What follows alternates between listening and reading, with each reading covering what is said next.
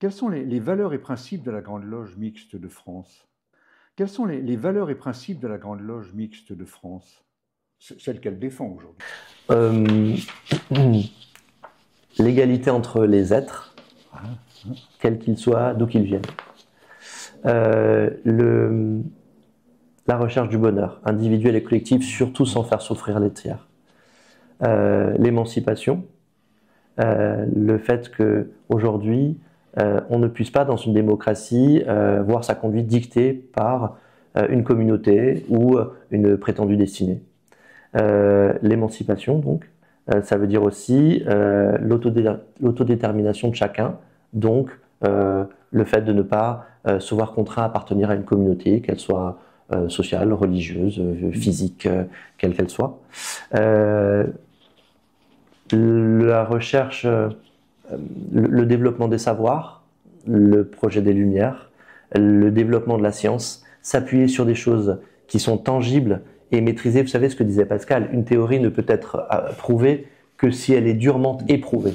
Donc, s'appuyer sur des choses réellement éprouvées, donc la science, et puis une laïcité forte, en ce que ce ne doivent pas être les églises, quelles qu'elles soient, qui structurent la vie de la cité.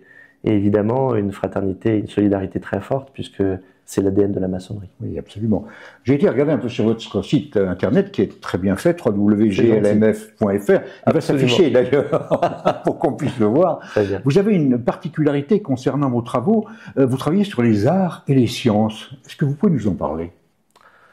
Alors, globalement, la franc-maçonnerie travaille les arts et les sciences. Je viens de vous dire que dans les valeurs que défend la Grande Loge mixte de France, il y a notamment le projet des Lumières et aller vers accorder une grande importance à la science. Pourquoi? Parce qu'en fait, si on veut sortir du dogme, les choses, nous devons les appuyer sur les travaux scientifiques les plus aboutis. Aujourd'hui, il ne suffit pas de croire, il faut prouver des choses.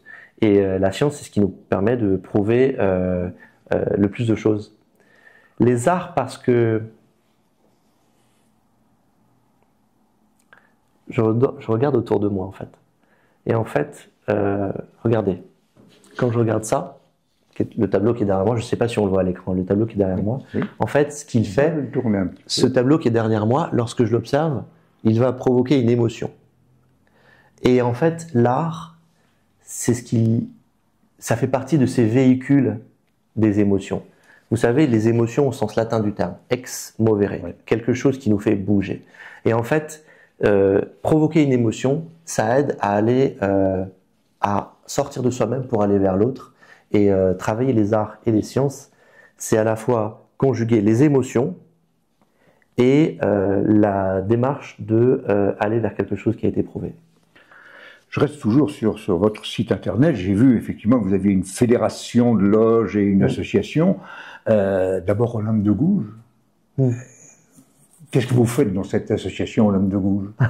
La Grande Loge mixte de France. Alors, en réalité, on peut faire 2 minutes d'explication de maçonnerie oui, comment dire, juridico-administrativo-maçonnique. Alors, oui, tout ce que vous désirez. Une loge, c'est une association. C'est-à-dire que, alors, dans le modèle administratif de la Grande Loge mixte de France, hein, qui n'est pas unique dans le paysage maçonnique français, une loge, c'est une association, loi 1901, déposée en préfecture. Cette association, donc civile et maçonnique, la loge, elle est rattachée à une fédération d'associations. Donc, civilement, une obédience maçonnique, c'est une fédération qui rattache des associations que sont les loges. Le nom maçonnique de notre obédience, c'est Grande Loge mixte de France, et le support juridique, donc la fédération d'associations, c'est Fédération Olympe de Gouges.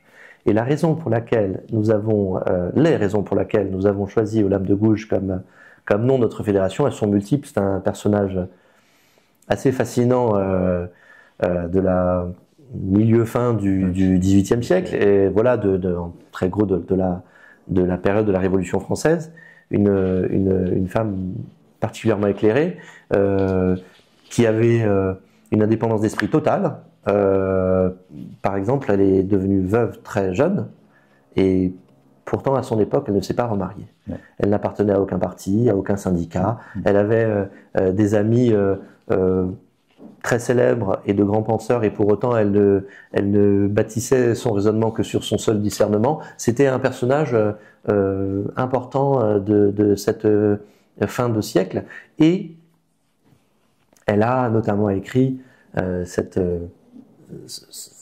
énorme œuvre qui est la Déclaration de la femme et de la citoyenne, et notamment son article 10 dans lequel elle dit: la femme a le droit de monter à l'échafaud, elle a donc le droit de monter à la tribune.